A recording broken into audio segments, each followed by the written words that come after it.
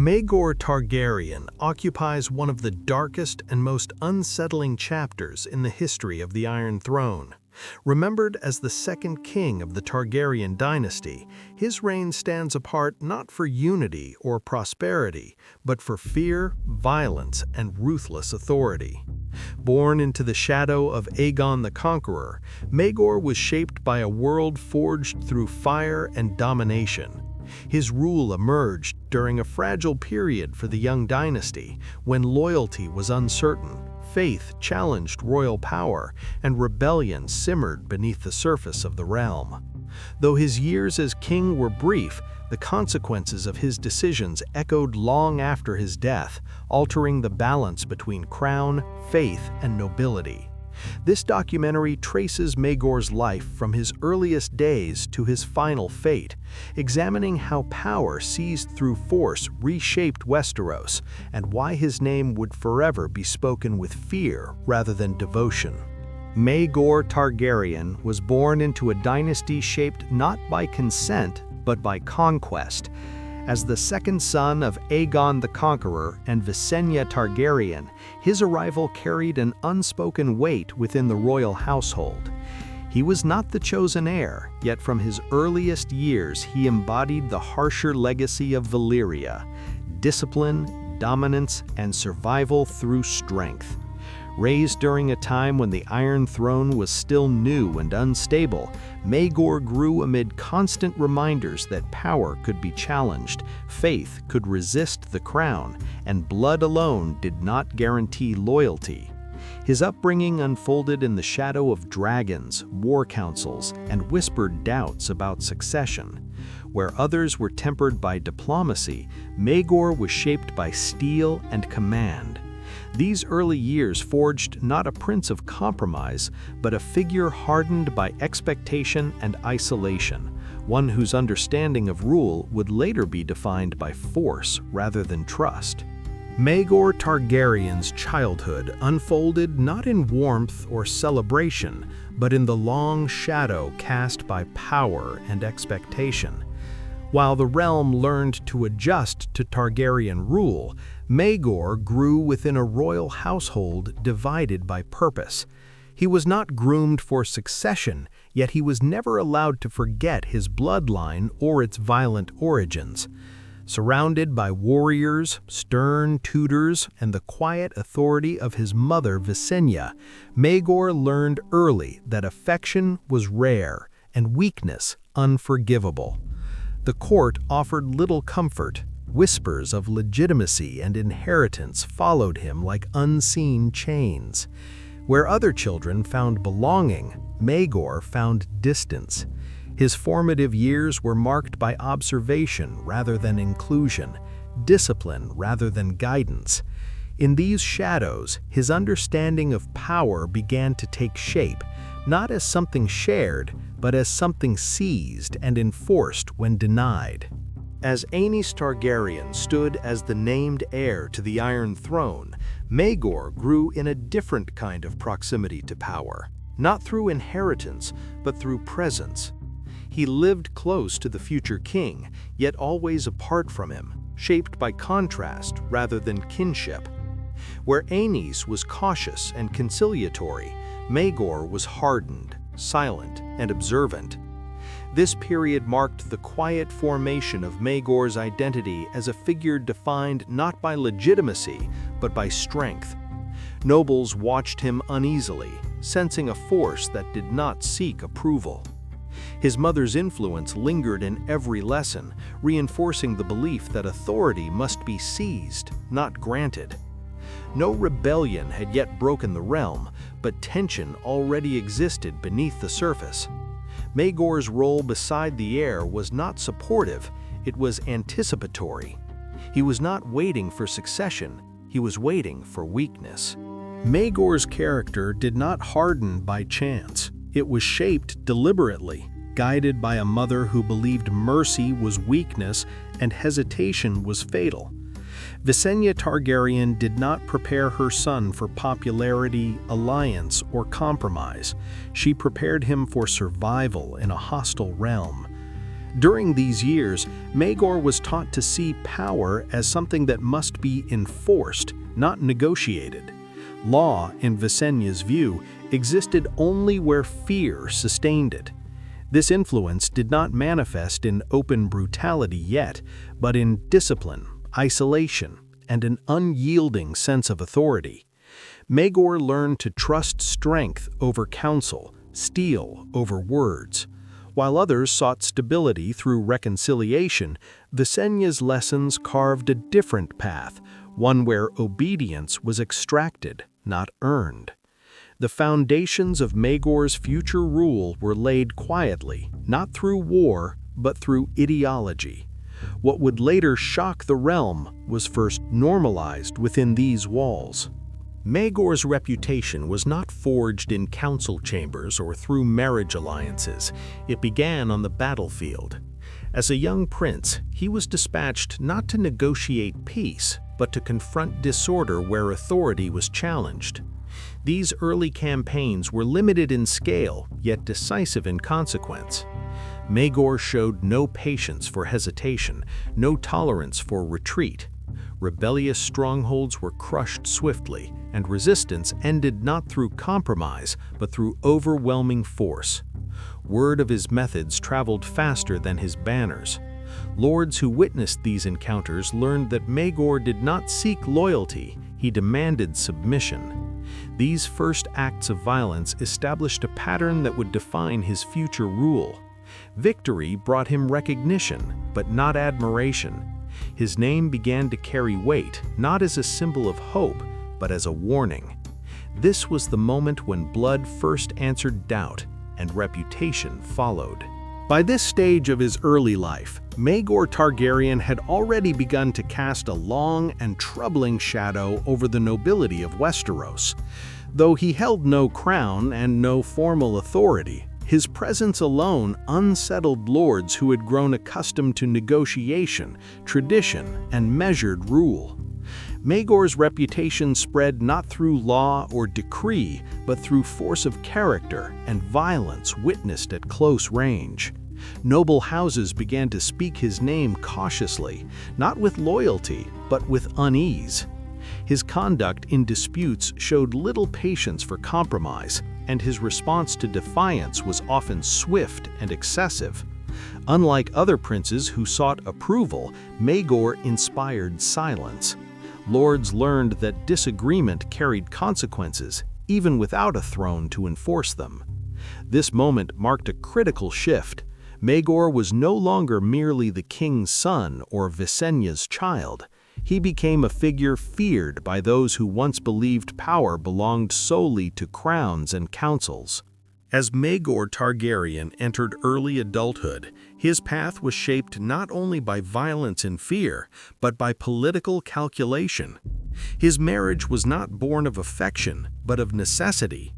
By taking Cerys Hightower as his wife, Maegor was bound to one of the most powerful religious and noble families in Westeros. The union was designed to stabilize his position within the realm and soften his image among the faith and the great houses. Yet the marriage achieved the opposite effect. It highlighted Maegor's isolation and deepened suspicion around him. The alliance failed to produce heirs, weakening its political value and fueling whispers of inadequacy and curse. Rather than integrating Maegor into the noble order, the marriage emphasized how distant he remained from consensus rule. This moment marked a quiet but decisive shift. Maegor became politically significant not because he was trusted, but because he could not be ignored. As Maegor's position within the royal family became more defined, so too did the nature of his reputation. This period marked the moment when restraint began to disappear from his conduct. No longer merely a feared prince, Maegor increasingly acted as a weapon wielded without hesitation. His presence at court brought unease rather than confidence, and his methods relied less on persuasion than on intimidation. Lords and retainers learned quickly that disagreement carried consequences. Violence was not yet systematic, but it was deliberate, calculated, and personal. Each act reinforced the same message: authority would be enforced, not negotiated. This shift did not occur during open war, but within halls, training yards, and councils, where power was tested quietly. Maegor's character hardened in these moments. The absence of restraint became a defining trait, signaling that when conflict eventually erupted, mercy would not be among his tools. Maegor's growing reputation did not go unnoticed by the Iron Throne. Under the reign of King Aenys, fear and uncertainty spread through the court as Maegor's presence became a source of instability rather than strength. His temperament, already marked by intimidation and violence, clashed sharply with Aenys's fragile authority. Whispers followed Maegor through the halls, not of loyalty, but of danger. Lords questioned whether such a man could remain so close to power without consequence. In response, Aenys chose caution over confrontation. Rather than risk open conflict within his own family, he acted through removal. Maegor was pushed away from the center of rule, his influence curtailed through distance rather than decree. This exile was not framed as punishment, but its meaning was clear. Suspicion, not proof, was enough. The separation hardened Maegor further, turning resentment into resolve and distance into fuel for future ambition. With Maegor removed from the center of power, the realm did not grow calmer. Instead, the absence of force exposed the fragility of King Aenys's rule. Across Westeros, unrest began to surface where authority once stood unchallenged. Lords tested boundaries, faith militant movements grew bolder, and old grievances resurfaced with new confidence. Aenys sought peace through compromise, but his restraint was read as weakness rather than mercy. Each concession encouraged further defiance. The crown's authority fractured slowly but visibly, like stone weakened by unseen cracks. Castles that once answered unquestioningly now hesitated. Oaths lost their weight. Rebellion did not erupt all at once, it spread quietly, carried by rumor, fear, and opportunity. This growing instability formed the backdrop against which Maegor's exile gained new meaning. The realm was learning that order without fear was not holding, and the silence left behind by Maegor's departure was being filled by chaos. As royal authority weakened, faith moved to fill the vacuum left behind. Across Westeros, the faith militant began to rise not as a spiritual force alone, but as a political weapon sharpened by resentment. The people, long burdened by war and uncertainty, turned toward the Seven for protection and purpose. What began as sermons of morality soon transformed into organized resistance. Armed brothers marched openly, challenging the crown's legitimacy and accusing it of sacrilege and weakness. King Aenys hesitated, unwilling to confront faith with steel, fearing the cost of open conflict. That hesitation proved decisive. The faith grew bolder, its influence spreading from city streets to noble halls. Lords found shelter behind piety, rebels found justification, and the crown found itself isolated. This was not merely a religious movement, it was a direct challenge to royal power, reshaping rebellion into holy cause and setting the stage for violence that compromise could no longer contain. As the realm drifted deeper into unrest, a figure long kept at a distance began to move again. Maegor Targaryen, exiled and deliberately removed from the center of power, returned to Westeros at a moment when the crown stood weakest. His absence had been political, born of suspicion and fear, but his return was calculated. Lords whispered of his arrival with unease rather than hope. Unlike others who came bearing promises, Maegor returned bearing certainty. He did not speak of compromise or reconciliation. His presence alone suggested resolution through force. The instability of Aenys's reign had created a vacuum, and Maegor stepped into it without invitation. His return was not marked by celebration, but by silence and tightening loyalties. The balance of power shifted subtly, yet unmistakably. Where hesitation had ruled, inevitability now took shape, signaling that conflict was no longer approaching, it had already begun. Maegor Targaryen did not inherit the Iron Throne through acceptance or lawful succession. He took it at a moment when authority had fractured and fear outweighed loyalty. The realm was already weakened by rebellion, religious unrest, and a king unable to command obedience. Into this instability, Maegor advanced with deliberate force. His claim was not shaped by council approval or noble consensus, but by strength openly displayed. Lords who hesitated found themselves isolated, while those who resisted faced swift and uncompromising consequences. The crown was seized not as a symbol of unity, but as an instrument of control. This was not a coronation that healed the realm, it deepened its divisions. By claiming the throne without consent, Maegor redefined kingship itself, not as a bond between ruler and realm, but as domination imposed through fear, signaling that dissent would no longer be debated, only crushed. Maegor Targaryen's coronation was not marked by unity or sacred approval. It unfolded under tension, stripped of the blessing that had long legitimized kings in the eyes of the realm. The faith, already emboldened by unrest and distrust, refused to sanctify his rule. Septons withheld their rights, and the silence of the starry sept echoed louder than any proclamation. This was not merely a religious slight, it was a direct challenge to royal authority. Without holy sanction, Maegor's crown stood exposed, its legitimacy questioned by both nobles and common folk.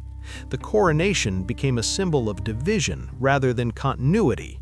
Instead of reconciliation, it hardened Maegor's resolve. The absence of blessing transformed suspicion into hostility and turned the faith from a pillar of order into an adversary. From this moment, the struggle between crown and creed was no longer hidden.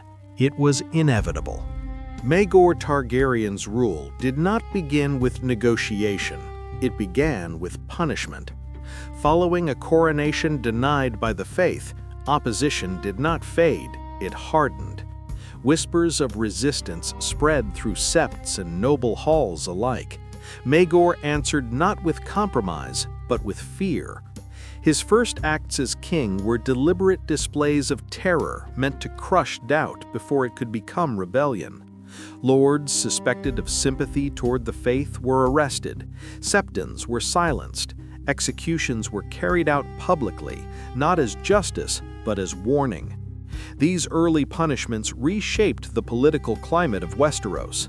Silence replaced dissent, not because loyalty had been earned, but because survival demanded obedience.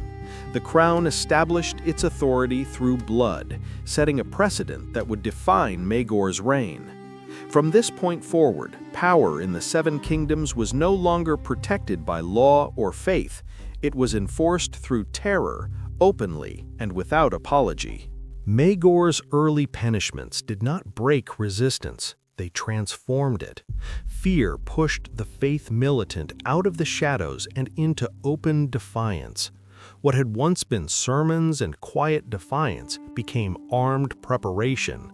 Septons preached resistance, framing Maegor not as a king, but as a usurper cursed by the gods. The faith openly rejected his authority, declaring his rule illegitimate and dangerous to the realm's spiritual order. This moment marked a decisive shift in Westeros. The conflict was no longer political, it became religious and absolute. Lords were forced to choose between crown and faith. Cities became divided. The streets of the realm, filled with symbols of devotion, turned into banners of war. Maegor now faced an enemy that could not be intimidated by execution alone. By declaring war, the faith challenged not just the king's rule, but the foundation of royal authority itself. The faith's declaration of war left Maegor with a choice he had never truly considered a dilemma. Negotiation would have been read as weakness. Silence would have been taken as surrender. Instead, the crown answered belief with violence. Orders moved swiftly from the Red Keep into the streets and countryside. Sept strongholds were seized, armed devotees hunted down, and gatherings of the faith militant broken by force. This was not a campaign meant to restore peace. It was designed to make resistance unbearable. The realm watched as holy spaces became battlefields, and religious authority was answered with steel. Fear spread faster than sermons ever had. Lords who had hesitated now retreated behind their walls, uncertain which side could still protect them. Maegor's response made one thing clear: faith would not restrain the throne. From this moment forward, the conflict would be decided not by doctrine, but by blood. The violence unleashed against the faith did not bring peace, it brought silence. Across the Seven Kingdoms, that silence settled heavily over cities, castles, and roads alike. Lords delayed decisions, councils stopped meeting, and messengers rode more cautiously than before. No banners were raised in defiance, yet no loyalty was openly declared either. The realm existed in a state of suspended fear, uncertain where the next strike might fall. Markets thinned, sept doors remained closed, and rumors traveled faster than armies. Every household understood that resistance no longer required open rebellion. A whispered prayer could now be enough to invite punishment. This was not stability, but paralysis. Power no longer needed to announce itself. Its presence was felt in what did not happen. No uprisings, no proclamations, no voices raised in protest. Westeros was holding its breath, waiting to see whether fear alone could hold a kingdom together. The violence unleashed against the faith did not bring peace, it brought silence. Across the Seven Kingdoms, that silence settled heavily over cities, castles, and roads alike. Lords delayed decisions, councils stopped meeting, and messengers rode more cautiously than before. No banners were raised in defiance, yet no loyalty was openly declared either. The realm existed in a state of suspended fear, uncertain where the next strike might fall. Markets thinned, sept doors remained closed, and rumors traveled faster than armies. Every household understood that resistance no longer required open rebellion. A whispered prayer could now be enough to invite punishment. This was not stability, but paralysis. Power no longer needed to announce itself. Its presence was felt in what did not happen. No uprisings, no proclamations, no voices raised in protest. Westeros was holding its breath, waiting to see whether fear alone could hold a kingdom together. Fear had silenced the lords, but it could not still the faith. What began as whispered defiance within septs and cloisters hardened into open resistance. The faith militant, long emboldened by the crown's weakness in earlier years, now framed opposition as holy duty rather than rebellion. Armed brothers gathered openly, banners of devotion raised where royal authority had once gone unquestioned. Roads became unsafe for royal envoys. Septons preached resistance, declaring obedience to the crown a sin. This uprising was not born of ambition, but conviction, making it far more dangerous. Unlike nobles, the faithful did not seek compromise or favor. They sought purification through conflict. For the first time since Maegor seized the throne, fear met something it could not easily intimidate. The realm stood at the edge of open religious war, where swords would be justified not by law, but by belief. The uprising of the faith militant was met not with envoys or concessions, but with calculated brutality. Maegor did not summon councils, nor did he seek reconciliation with the High Septon or the armed faithful. In his view, negotiation signaled weakness, and weakness invited collapse. Royal orders moved swiftly across the realm, targeting suspected leaders, safe havens, and towns that had offered shelter to the rebels.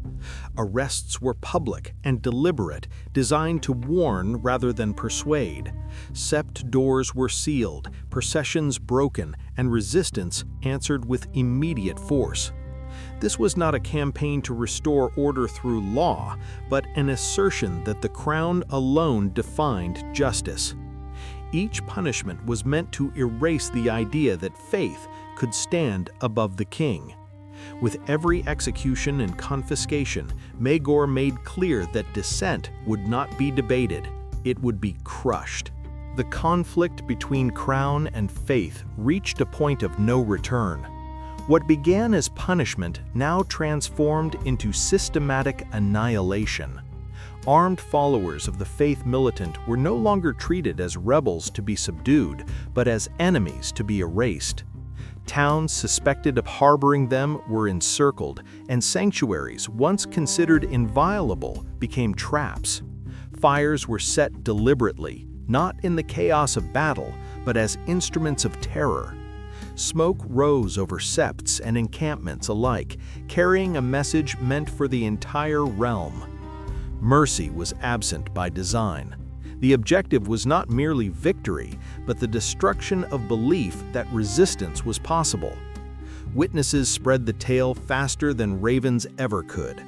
The faithful burned not as soldiers fallen in war, but as symbols sacrificed to enforce submission. Fear now ruled where devotion once stood.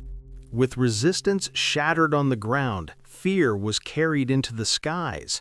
Dragons were no longer symbols of conquest remembered from Aegon's era. Under Maegor, they became tools of enforcement. Their presence alone was enough to empty roads and silence towns. No battle was required. When wings were seen above the horizon, submission followed.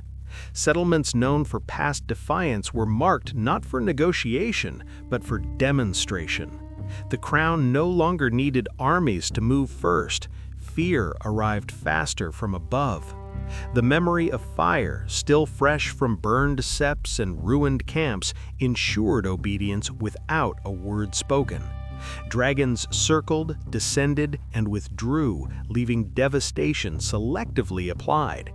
This was not war in the traditional sense, but intimidation perfected. Power was no longer argued or justified, it was displayed. The realm learned that survival depended not on loyalty, but on invisibility. After the fires and demonstrations of power, resistance among the great houses collapsed unevenly but decisively. Lords who had once spoken openly against the crown now sent messengers bearing oaths, hostages, and sealed promises of loyalty. Castles closed their gates not in preparation for war, but in anticipation of inspection. Some knelt willingly, calculating survival over pride. Others delayed, hoping distance might shield them from consequence. They were proven wrong. The crown no longer distinguished between open rebellion and silent hesitation. Submission was expected, not negotiated. Those who bent early retained their lands, though stripped of influence. Those who hesitated faced confiscation, executions, or public humiliation meant to instruct others. Power reshaped the nobility itself. Titles survived, but autonomy did not. From this moment forward, the Iron Throne stood above the great houses not as a partner in rule, but as their unquestioned master. With the realm bent, but not yet silent, the capital became the stage for obedience enforced through blood. Executions were no longer rare punishments delivered behind walls. They were brought into open squares, announced in advance, and witnessed by crowds compelled to attend. Those condemned were not chosen for the severity of their crimes, but for the visibility of their names. Lesser lords, outspoken knights, and suspected sympathizers of rebellion were displayed as examples rather than enemies. The purpose was unmistakable: Fear was to replace loyalty. Each execution echoed beyond the city, carried by rumor and terror into distant keeps and halls. The crown sought not justice, but demonstration. In the capital, mercy vanished from governance. Order was maintained not through law, but through repetition. The message spread quickly and clearly. Resistance no longer led to negotiation, only to spectacle and finality. After the executions in the capital, resistance did not vanish overnight, but its voice weakened. Septons who once preached defiance now measured every word, aware that sermons could be interpreted as rebellion. The faith did not formally surrender, yet its public defiance faded into careful silence. Sept halls remained open, but their bells rang without conviction. Processions grew smaller. Declarations became cautious, stripped of challenge and certainty. This was not peace, but restraint born of fear. The crown had not defeated belief itself, yet it had broken the confidence of those who spoke in its name. The faith learned that survival required invisibility. In this quiet submission, authority shifted subtly but decisively. Power no longer needed open confrontation. Silence became obedience, and obedience became the price of remaining alive within the realm. The crown had achieved what force was meant to secure. Open rebellion collapsed, sermons softened, banners vanished, and resistance retreated into silence. By all outward measures, Maegor's campaign against the faith appeared successful. Yet the realm did not breathe easier. Roads remained tense, cities uneasy, and loyalty shallow. Lords obeyed, but without trust. The faith no longer marched, but belief itself did not disappear. Whispers replaced declarations. Fear replaced law. This was not peace forged through order or agreement, but quiet imposed through exhaustion. The realm functioned, yet it did not heal. Authority stood unchallenged, but unrest lingered beneath the surface, waiting rather than surrendering. Victory had been achieved by crushing opposition, but the cost was stability without reconciliation. Westeros had been subdued, not united. With open rebellion crushed, danger did not disappear, it changed shape. The battlefield moved inward into stone halls and guarded chambers. Whispers replaced banners. Loyalty became performance rather than conviction. Within the royal court, fear created opportunity. Advisors measured words carefully. Lords nodded in public and doubted in private. Survival depended not on belief, but on timing. This was the most dangerous phase of Maegor's rule, not open defiance, but concealed intent. The throne stood uncontested, yet trust dissolved. Power isolated its holder, turning the court into a place of suspicion rather than governance. Decisions were no longer shaped by counsel, but by paranoia. The king ruled, but he ruled alone, surrounded by faces that obeyed while calculating distance. The crown had enemies now, not marching in the open, but waiting quietly beside it. Power did not bring security. It stripped it away. After purges and betrayals, the court grew quiet, but the silence carried weight. Decisions were no longer debated, they were endured. The king's authority stood unchallenged, yet it existed inside a shrinking circle. Advisors disappeared, messengers spoke only what was safe. Even loyalty felt dangerous because closeness invited suspicion. The throne became a fortress within a fortress, isolating its ruler from counsel, affection, and truth. Governance turned inward, shaped by fear rather than strategy. This was not solitude chosen for reflection, but isolation imposed by consequence. The realm obeyed, but connection was severed. Power remained absolute, yet profoundly alone. In this phase of rule, the crown was surrounded not by allies or enemies, but by emptiness, and emptiness answered only to fear. With trust eroded and alliances fractured, marriage became a tool rather than a bond. In this phase of rule, unions were arranged not for affection or lineage, but for control. Each marriage signaled an attempt to stabilize authority through proximity rather than consent. The crown sought legitimacy not from the faith or the realm, but from bloodlines forced into obedience. These unions failed to create loyalty. Instead, they deepened resentment and fear. Nobles understood that marriage no longer meant alliance, but surveillance. The court transformed intimacy into strategy, binding houses not through honor, but through coercion. What was meant to secure continuity instead amplified instability. Power tightened its grip, yet gained no roots. Marriage became another instrument of rule, sharp, deliberate, and ultimately ineffective. As marriages accumulated, expectation grew, yet succession remained empty. Despite multiple unions, no living heir emerged to secure continuity. This absence was not merely personal, it became political. In a dynasty built on blood and inheritance, the lack of an heir undermined authority more quietly than rebellion ever could. Courtiers whispered, alliances stalled, and loyalty became conditional.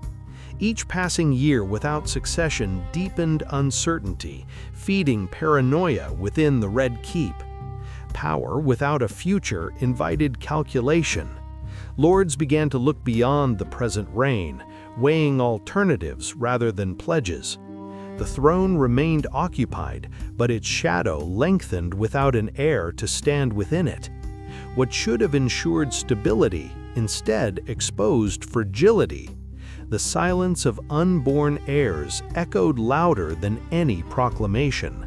The absence of an heir did not merely weaken the crown, it distorted the king himself. As uncertainty deepened, suspicion crept into every corridor of the Red Keep. Loyalty was no longer assumed, only tested. Familiar faces became potential threats, and silence was interpreted as conspiracy. Maegor's rule entered a phase where fear turned inward. The court grew tense, fractured by quiet accusations and sudden disappearances. Councils became smaller, guarded, and increasingly hollow. Trust, once strained, collapsed entirely. Power, held without certainty of succession, demanded constant vigilance. What had begun as authority enforced through terror now evolved into rule sustained by paranoia. The king remained alive, the throne occupied, yet stability eroded from within, unseen but relentless. Suspicion no longer lingered in silence, it demanded action. Within the walls of the Red Keep, loyalty ceased to be proven through service and was instead measured by survival. Maegor's court entered a brutal phase of internal cleansing, where whispers became death sentences and proximity to power turned lethal. Counselors vanished without announcement. Captains were removed overnight. The structure of governance fractured as fear replaced allegiance. The king no longer sought devotion, only obedience secured through blood. These purges were not responses to rebellion, but preemptive strikes against imagined betrayal. Power, once enforced outwardly against the faith and the realm, now turned inward. The court became a place where no man felt secure, and where silence itself was interpreted as guilt. Authority endured, but trust was annihilated. Years of relentless punishment and unbroken tension began to hollow the realm from within. The wars had quieted, the faith had been crushed, and open rebellion had faded, yet peace never arrived. Westeros stood exhausted, drained not by defeat, but by survival under constant fear. Villages lay emptied of men, roads carried fewer banners and more silence. Lords obeyed, but without loyalty. Small folk endured, but without hope. The crown still ruled, yet its authority felt brittle, sustained only by the memory of terror. Even within the capital, life slowed into cautious routine, as if the realm itself feared drawing attention.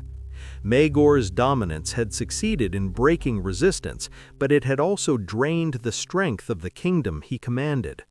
Control remained absolute, but the cost had become visible everywhere. With rebellion crushed and opposition silenced, the nature of fear within the realm began to change. External enemies were no longer required to justify violence. Suspicion turned inward, creeping through the halls of power and into the smallest decisions of rule. Whispers replaced banners. Loyalty was no longer measured by action, but by survival. Those closest to authority now lived under the greatest threat, as proximity itself became dangerous. The court tightened, narrowing into a place where silence was safer than service.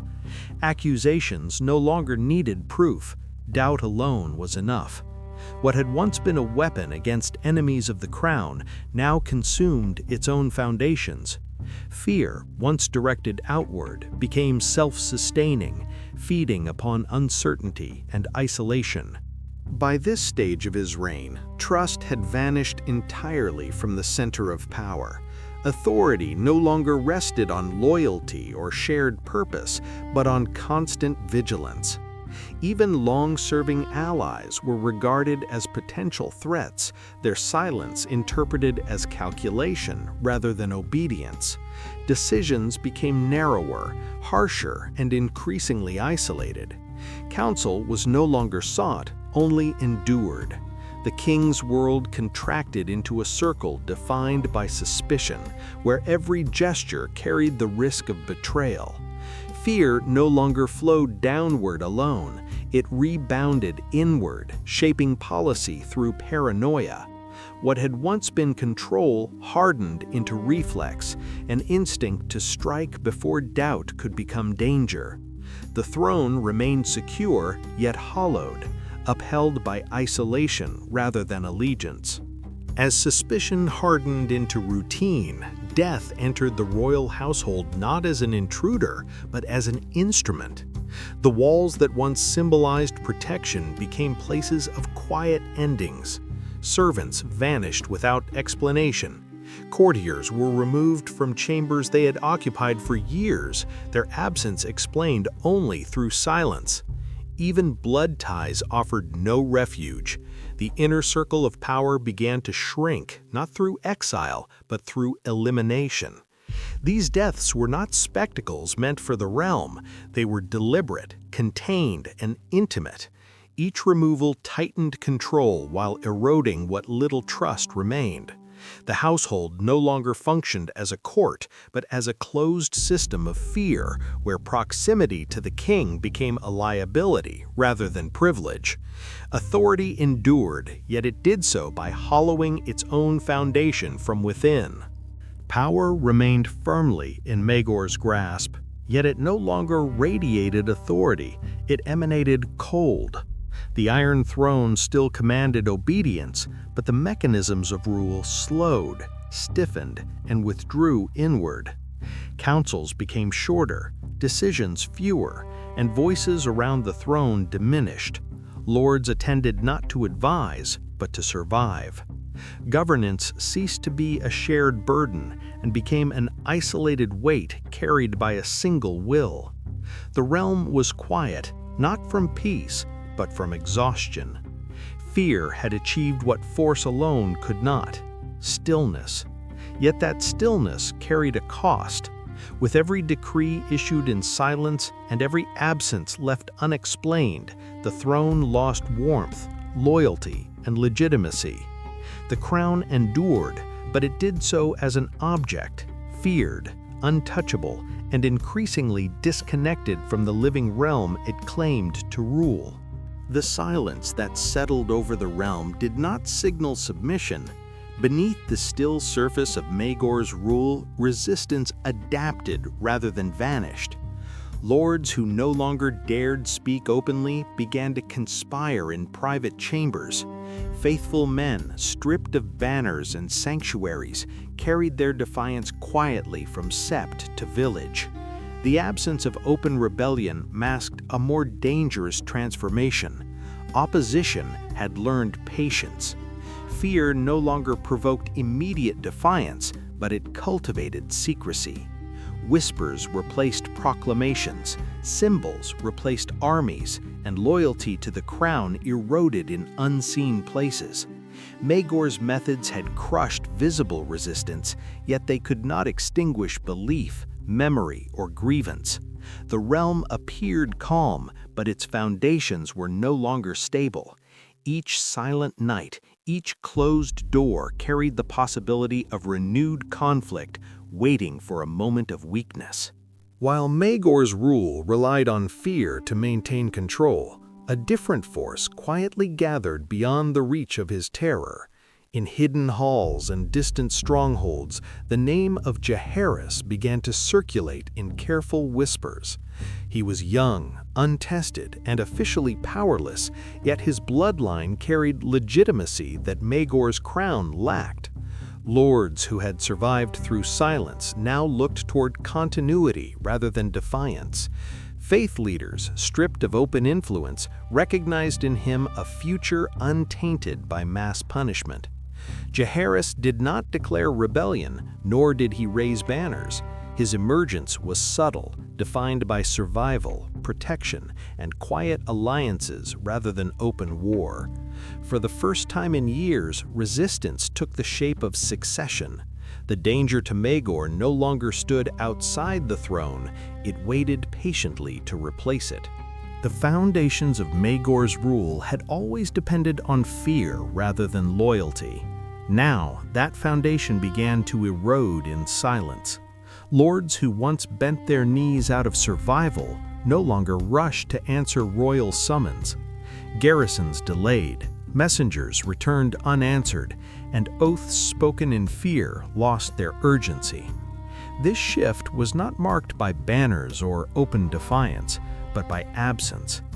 At the same time, whispers of legitimacy grew stronger around Jaehaerys. His name passed carefully from hall to hall, carried by those who had learned that patience was safer than rebellion. The realm did not rise against Maegor, it simply began to withdraw. Power remained on the throne, but authority no longer followed it. For the first time, Maegor's enemies did not gather in opposition.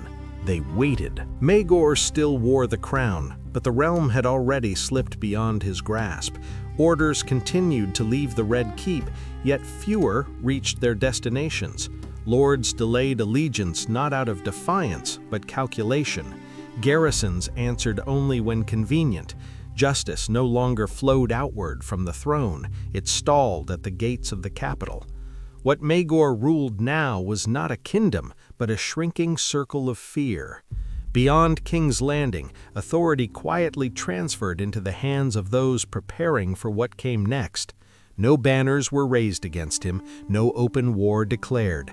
The realm simply moved on without permission. Maegor remained king in title, but his power existed only where his presence could enforce it. For the first time, silence was no longer obedience, it was abandonment. The Iron Throne still stood, but loyalty no longer lived beneath it.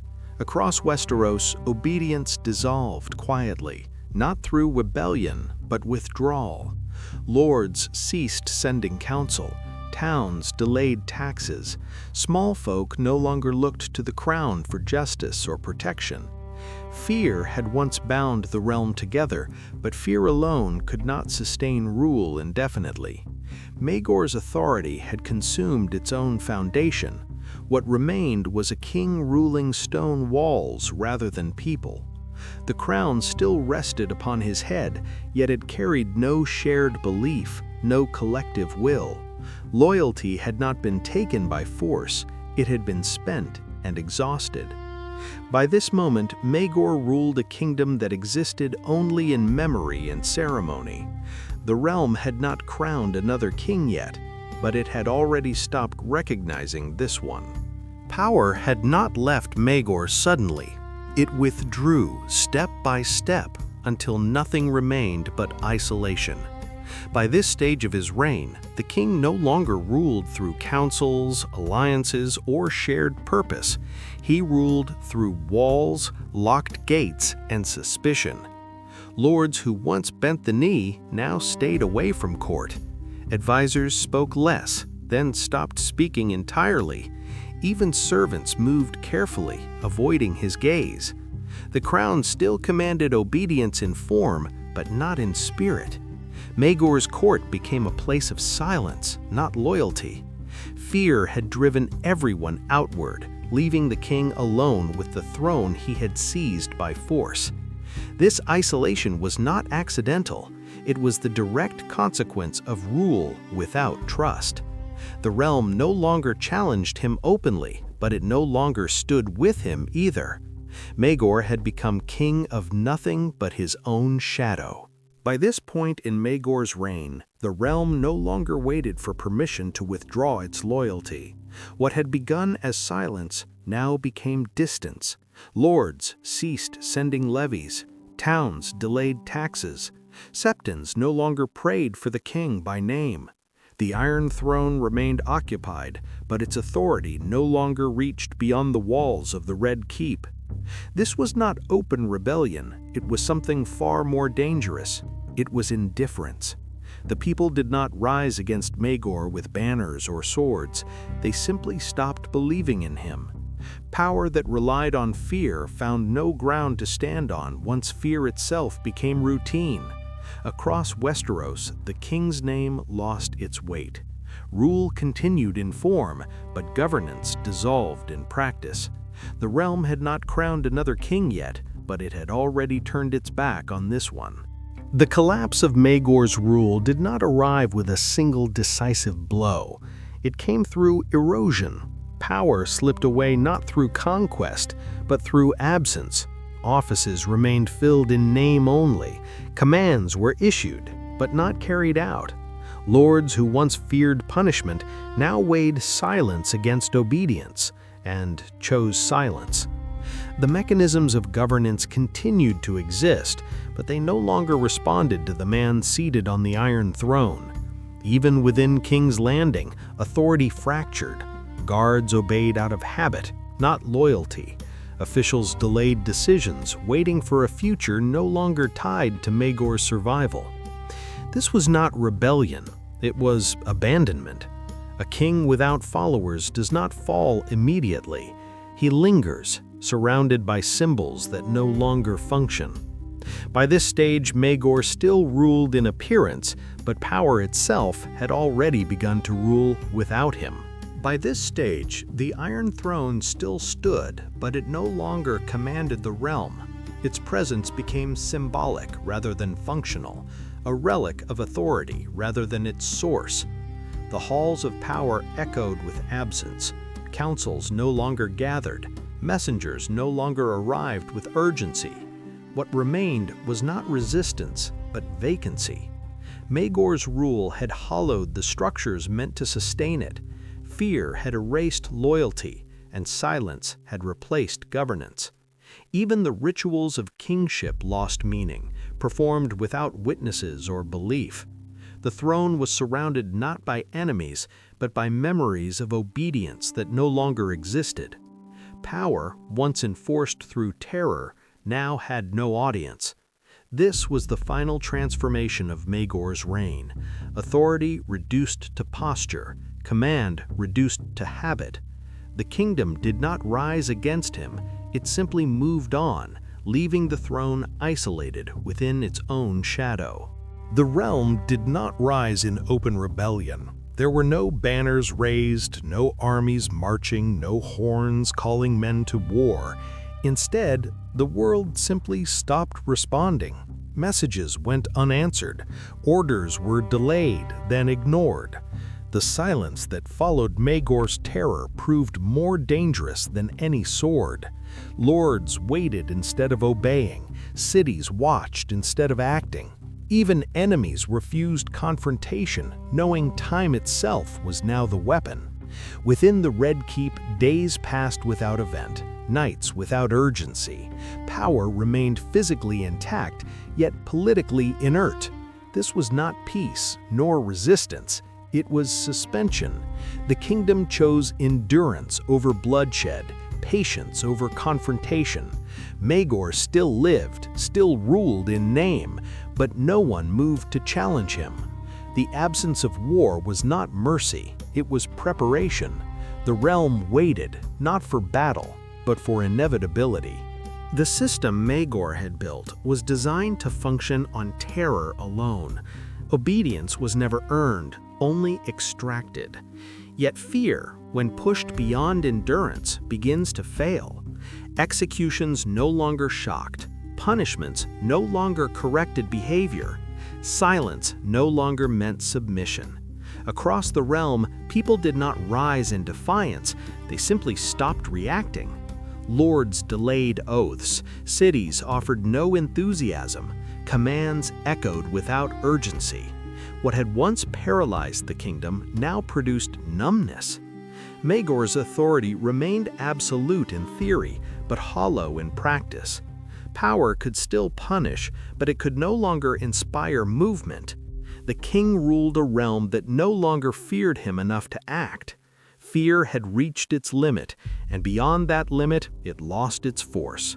The crown still stood, but its shadow no longer controlled the land. Maegor's power had always relied on force, but force requires men willing to wield it. By this point in his reign, that foundation was gone. Garrisons thinned, soldiers deserted quietly, not in rebellion, but in exhaustion. Commanders delayed mobilization. Orders reached camps that no longer existed in strength. The realm did not rise against Maegor with banners and steel. It simply stopped answering his call. Fear could punish civilians, but it could not compel armies without loyalty or belief. The king still held the Iron Throne, yet he no longer commanded a force capable of enforcing his will beyond the capital. What remained was a crown without reach, authority without instruments, and a ruler isolated from the very structure that had sustained his dominance. The absence of an army marked the true collapse of Maegor's reign even before his death arrived. By the final phase of his reign, Maegor Targaryen ruled in name alone. The court that once feared him had emptied, not through rebellion, but through absence. Lords no longer attended councils, advisors spoke only when required, and even then with guarded restraint. Messages from the realm slowed, then ceased. The king remained seated upon the Iron Throne, yet power no longer flowed outward from it. Isolation was no longer a tactic, it had become his condition. With no army to command and no loyalty to draw upon, Maegor stood surrounded by stone walls and silence. The mechanisms of rule still existed, but they no longer answered him. Fear had stripped away obedience, leaving only distance. This was not the fall of a king through battle or uprising, but through abandonment, a reign collapsing inward, unseen and unanswered. In this stage of his reign, Maegor Targaryen still occupied the Iron Throne, yet the throne no longer carried authority beyond the walls that surrounded it. Royal decrees went unanswered, commands were issued but no forces moved in response. The symbols of power remained intact, crown, throne, fortress, but their meaning had hollowed out. Lords no longer sought approval, nor feared punishment. The realm had learned to rule itself by ignoring the king. What remained was the appearance of sovereignty without its substance. The Iron Throne stood as a relic of power rather than its source. Maegor's presence no longer shaped events, it merely lingered as an obstacle to what came next. In practical terms, the throne was empty. Authority had shifted elsewhere, quietly and decisively, leaving the king seated atop a symbol that no longer obeyed him. The final night of Maegor Targaryen's reign passed without ceremony, without guards, and without witnesses of consequence. The Red Keep was quiet in a way it had not been for years. Not the silence of fear, but the silence of abandonment. No council gathered, no messengers arrived. The machinery of rule had already stopped turning. Inside the fortress, torches burned low, illuminating corridors that no longer echoed with orders or resistance. This was not a night of battle or rebellion, but one of isolation made absolute. The king remained within the seat of his power, yet utterly removed from it. Whatever strength had once sustained his rule had been exhausted by years of violence and refusal. By dawn, the realm would awaken without him, but during this final night, the collapse of his authority was already complete, sealed not by force, but by absence. By the final hours of his life, the crown no longer functioned as a symbol of command, but as a burden that isolated Maegor Targaryen completely. The authority he had enforced through fear now pressed inward, offering no protection, no loyalty, and no certainty. Messages no longer arrived. Orders no longer traveled beyond the walls of the Red Keep. The political structure that once obeyed through terror had quietly collapsed, leaving the king surrounded only by stone, memory, and consequence. This was not a moment of open rebellion or armed challenge, but a convergence of exhaustion and abandonment. The weight of rule, carried alone and without consent, had reached its limit. Power remained in name, but its substance had already dissolved. What followed would not be decided by armies or councils, but by the silence that had replaced them. As the final day approached, Maegor Targaryen no longer ruled in any meaningful sense. The mechanisms of authority had ceased to function, not through open revolt, but through quiet withdrawal. Lords had already chosen absence over allegiance. Messengers carried no commands because none were expected to be obeyed. Within the Red Keep, the routines of kingship dissolved into stillness. This moment was not marked by battle or ceremony, but by the visible collapse of power itself. Maegor remained king in title alone, isolated from both enemies and supporters. The fear that once sustained his reign could no longer compel action. What remained was a ruler enclosed by stone, memory, and the consequences of rule without consent. The end did not arrive as an act of violence from others, but as the inevitable result of abandonment. By the final hours, the Red Keep had fallen into an unnatural stillness. No commands echoed through its halls, no guards hurried to their posts, and no council gathered to advise a king. The machinery of rule had stopped entirely. Servants moved cautiously, aware that authority still existed in name, yet absent in presence. Maegor remained within the fortress, but the kingdom no longer revolved around him. This silence was not peace, it was abandonment made visible. The absence of resistance was no longer submission, but indifference. Outside the castle walls, the realm waited without urgency, as if the outcome had already been decided. Inside, the Iron Throne stood untouched, not challenged, but ignored. The quiet that filled the Red Keep was the final sign that Maegor's reign had ended in all but record. At dawn, the silence inside the Red Keep was broken not by alarm, but by discovery. Maegor Targaryen was found dead upon the Iron Throne, his body unmoving, the symbols of power surrounding him without meaning. No witnesses came forward, and no clear cause was proclaimed. The throne that had once cut those who ruled without restraint now bore the final stillness of a king who ruled by fear alone.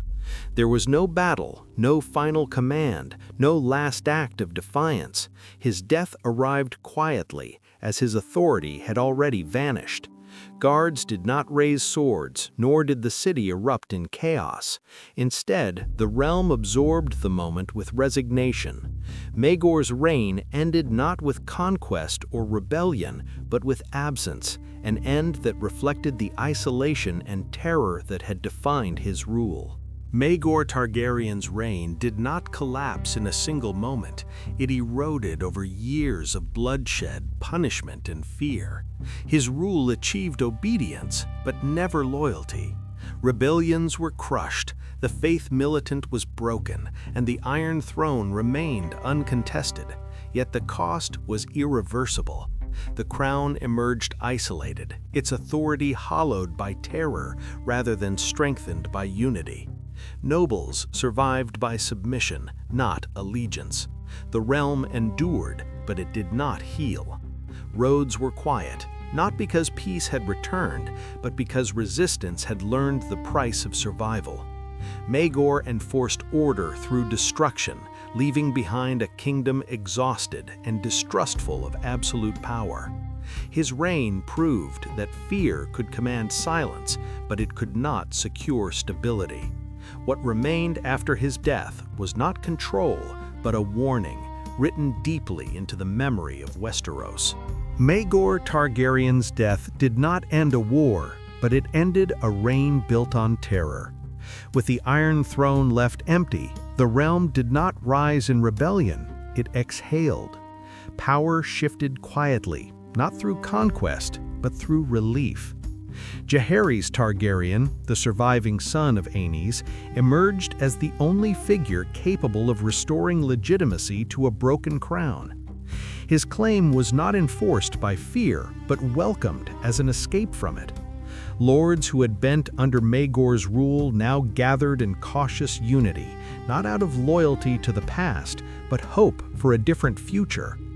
The faith, wounded but unbroken, prepared to re-enter the political order. Maegor's reign became a dividing line in Westerosi history, proof that absolute power, when stripped of restraint, destroys the very authority it seeks to protect. The story does not end here. The history of Westeros continues in the chapters yet to be uncovered.